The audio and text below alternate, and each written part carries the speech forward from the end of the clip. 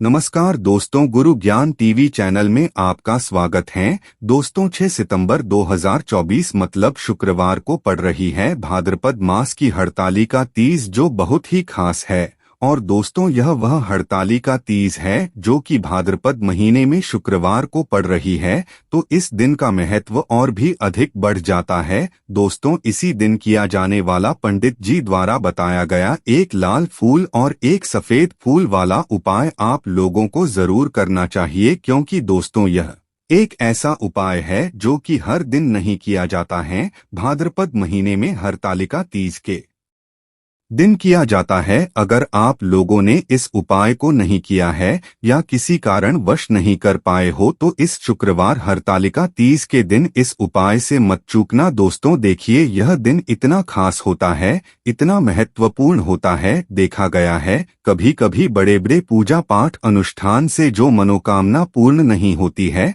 वह हरतालिका तीज के दिन एक छोटे से उपाय करने से ही आपकी मनो पूर्ण हो जाती है। और बहुत सारे लोगों ने इस उपाय को किया भी है और उनको इस उपाय को करने का फल भी जरूर मिला है। अगर आप लोग भी इस उपाय को इस शुक्रवार हरतालिका तीज के दिन करना चाहते हैं तो आप इस उपाय को पहले अच्छे से समझ लेना, सुन लेना, उसके बाद करना। आपको इस उपाय का फल जरूर मिलेगा, आपकी सभी मनोकामनाएं पूरी हो जाएंगी। दोस्तों हम आपको यहाँ पर बता दें कि यह जो एक लाल फूल और एक सफेद फूल वाला उपाय है, यह उपाय पंडित जी ने अपनी अभी की ही फुलेरा शिव महापुराण की कथा में ही बताया है। और इस उपाय को करने से आपके घर में चाहे किसी भी तरह की दुख और समस्या क्यों ना चल रही हो, आपको उसका कारण भी नहीं पता है कि दोस्तों यह समस्या किस कारण से चल रही है। उसका कुछ भी कारण हो सकता है, जैसे पितृ दोष हो सकता है, काल सर्प दोष हो सकता है,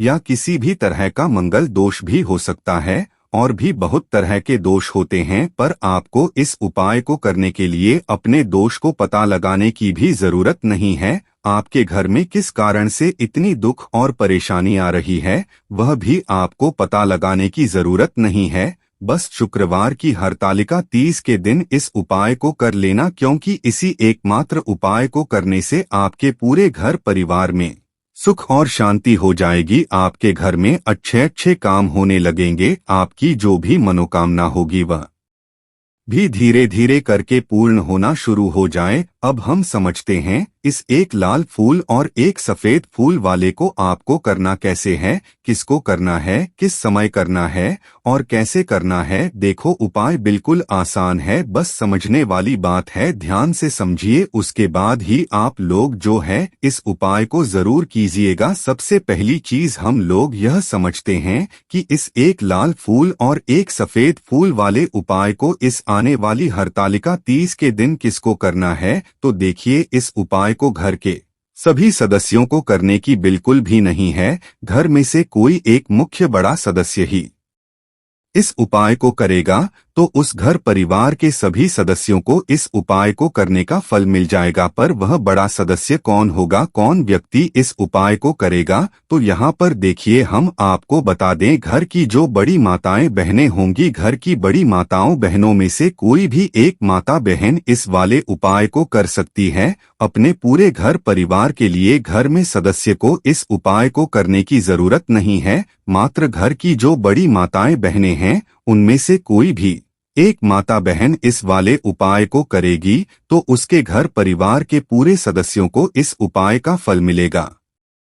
अगर किसी कारणवश माताएं बहनें घर में उपस्थित ना हो या वह इस उपाय को ना कर रही हो, कुछ दिक्कत हो, तो दोस्तों उस जगह पर फिर घर का कोई बड़ा व्यक्ति भी इस उपाय को कर सकता है। माताओं बहनों के कहने का मतलब यह था कि बहनें घर की लक्ष्मी होती है। जब घर की लक्ष्मी कोई उपाय करती है तो निश्चित ही भगवान शिव जी बहुत जल्दी प्रसन्न होते हैं और उपाय का फल में बहुत जल्दी और बहुत बड़ा करके भी यहाँ पर देते हैं। तो हरतालिका तीज है और आप सभी लोग जानते हैं इसका प्रदोष काल का मतलब शाम का जो समय होता, इस दिन भगवान शिव जी का सबसे प्रिय दिन होता है। तो आप लोग इसे एक लाल फूल एक सफेद फूल वाले उपाय को सुबह के समय भी कर सकते हो और शाम के समय प्रदोष काल में भी कर सकते हो। सुबह के समय अगर कर रहे हो तो 10 या फिर 11 बजे तक भी अगर उपाय करोगे तो भी आपको उपाय का फल मिलेगा। वही अगर शाम के समय हो तो इस दिन जरूर शाम के समय का ध्यान रखना कि शाम के 6 बजे से लेकर 8 बजे के बीच में अगर आप इस उपाय को कर सकते हो तो बिल्कुल कर लेना, पूरी कोशिश करना। जो भी मेरे दोस्तों मेरी प्यारी बहनें आज चैनल पर पहली बार आए हैं या मेरी आवाज आज पहली बार सुन रहे हैं, अगर आप भी महादेव के सच्चे भक्त हैं तो वीडियो को लाइक और चैनल को सब्सक्राइब जरूर कर लें और कमेंट बॉक्स में लिखें हर हर महादेव, ओम नमः शिवाय। देखो अब सबसे महत्वपूर्ण बात आती है कि इस उपाय को हमें करना किस लिए है। जैसा कि हमने अभी आपसे बोला कि इस उपाय को करने के बाद आपके जीवन में बहुत सारी खुशियां आएंगी, आपकी मनोकामनाएं पूर्ण होंगी, आपकी धन की समस्या दूर होगी, आपकी पैसों की समस्या दूर होगी। अब देखिए, अगर आप लोग सोच रहे हो कि दोस्तों हमें अपना घर बनाना है पर घर बनाने के लिए पैसा नहीं है, हमें गाड़ी लेना है पर गाड़ी लेने के लिए पैसा नहीं है, हमें जमीन लेना है पर जमीन लेने के लिए पैसों की कमी पड़ रही है, अगर ऐसी ही दिक्कत परेशानी या किसी भी तरह की धन से जुड़ी हुई समस्या या पैसों से जुड़ी हुई समस्या अगर आपके जीवन में चल रही है तो यह उपाय निश्चित ही आपके जीवन में बहुत सारे फल लाकर दे सकता है।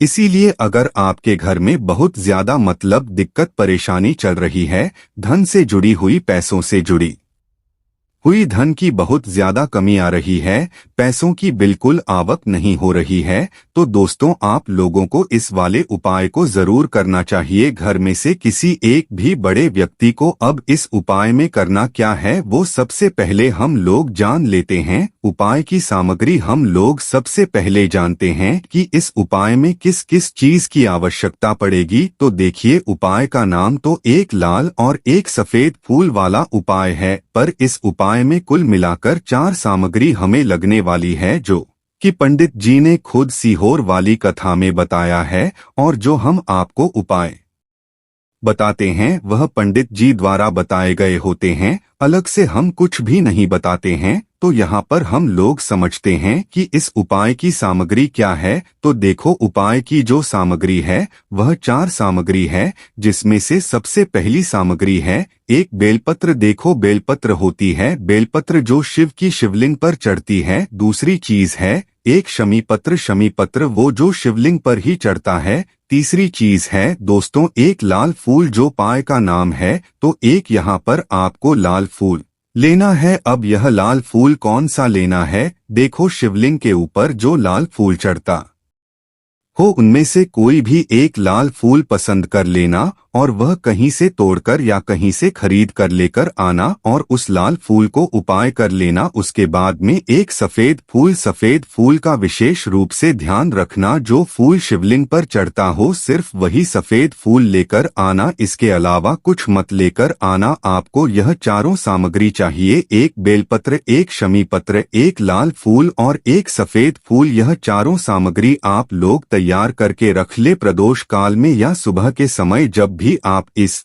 उपाय को कर रहे हैं, जैसे ही आपके उपाय की सामग्री तैयार हो जाती है तो क्या हम सीधा उपाय को करने के लिए इन चारों सामग्री को लेकर उपाय करने के लिए जा सकते नहीं। तो यहाँ पर आपको इस बात का ध्यान रखना है कि हम भगवान शिवाज को प्रसन्न करने के लिए तो जा रहे हैं, हम अपनी मनोकामना को पूर्ण करवाने के लिए तो जा रहे हैं, कि हम सिर्फ अपने फायदे के लिए भगवान शिव जी के मंदिर में आए हैं। इसलिए हम इस उपाय को करने के साथ साथ में भगवान शिव जी की पूजन अर्चना के लिए कुछ सामग्री भी जरूर लेकर जाएंगे। जैसे कि सुबह के समय अगर आप उपाय को कर रहे हो इस एक लाल फूल और एक सफेद फूल वाले उपाय को तो दोस्तों सुबह के समय आपको एक लोटा जल लेकर जाना है। जो लोग प्रतिदिन शिव जी के मंदिर जाते हैं, पूजन अर्चना करते हैं, जल चढ़ाते हैं, फूल बेलपत्र सब कुछ चढ़ाते हैं, दोस्तों वह अपनी पूजन अर्चना वैसी की वैसी ही करना। बाकी जो सिर्फ उपाय को करने के लिए जा रहा है,